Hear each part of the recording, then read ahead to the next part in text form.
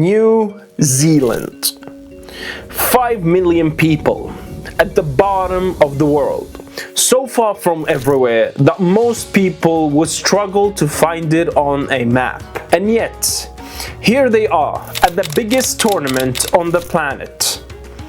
This is not a football superpower. This is a country where rugby is God, where qualifying for the World Cup is a national celebration, and where the team has never won a single World Cup match in their entire history. But do not mistake quiet for weak, because New Zealand has shown the world before what they are capable of.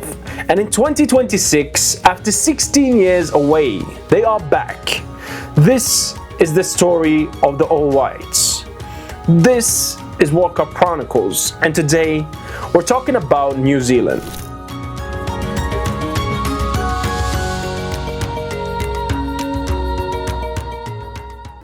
New Zealand went to 2010 World Cup, drew with Slovakia, drew with defending champions Italy, drew with Paraguay, left completely unbeaten, and were still eliminated. That is the most New Zealand story ever told. Football in New Zealand has always fought for oxygen. Rugby is the heartbeat here. The All Blacks are not just a sports team, they are a national identity. Football arrived late and grew slower and always lived in the shadow. New Zealand first qualified for a World Cup in 1982 in Spain. They lost all 3 group games and went home. Painful, but a start at least. Then came 28 years of nothing. 3 more attempts, 3 intercontinental playoffs against Mexico, Peru, Costa Rica, 3 eliminations. Always the best team in the Pacific, but never quite enough when the World Cup showed up. Until 2010. South Africa, and the moment that defined New Zealand football forever. Drawn with Slovakia, Italy, and Paraguay, nobody gave them a chance. First game against Slovakia, 1-1. Winston Reid's 93rd minute header, the country erupted. Then came Italy, the defending world champions. One journalist wrote, "Little old New Zealand with just 25 professional footballers, whereas Italy has 3,500 professional footballers. A country which had just played 4 World Cup matches before the game against Italy, whereas Italy has 4 World Cup titles. It's crazy." Shane Smeltz scored. Italy equalized. New Zealand held 1-1. Then Paraguay 0-0. 3 games, 3 draws, 0 defeats. They left South Africa as the tournament's only unbeaten team, and they went home in the group stage, eliminated without losing once. Back home, they were named Team of the Year at the Halberg Awards, beating the All Blacks. In New Zealand, that sentence alone tells you everything about what 2010 meant. Football registration surged after the 2010 World Cup. A generation grew up with those 3 draws as proof of what was possible. But the World Cup of 2014, 2018, 2022 came and went without them. Each playoff, another heartbreak. Until now. Chris Wood was 18 at the 2010 World Cup. He is 34 years old now, captain, record scorer, came back from knee injury just to be here. Chris Wood has been waiting 16 years for this. Chris Wood was the youngest player in 2010 squad, 18 years old, when New Zealand left South Africa unbeaten. 16 years later, he is the last man standing from that squad. The captain, the record scorer, the heartbeat of everything this team is trying to do. Wood has 45 goals and 88 appearances for New Zealand, more than 4 times the next best scorer in the current squad. Let that sink in. He has carried this attack alone for over a decade, and while doing it at international level, he was simultaneously becoming one of the most reliable strikers in the Premier League. He finished 5th in the Golden Boot last season with 20 goals for Nottingham Forest. Then in October 2025, a serious knee injury, surgery in December, the World Cup suddenly in doubt.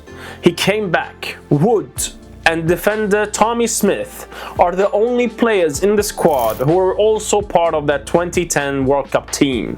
two men who felt that magic 15 years ago, who watched 3 consecutive World Cups pass without them, and who are now standing in it again.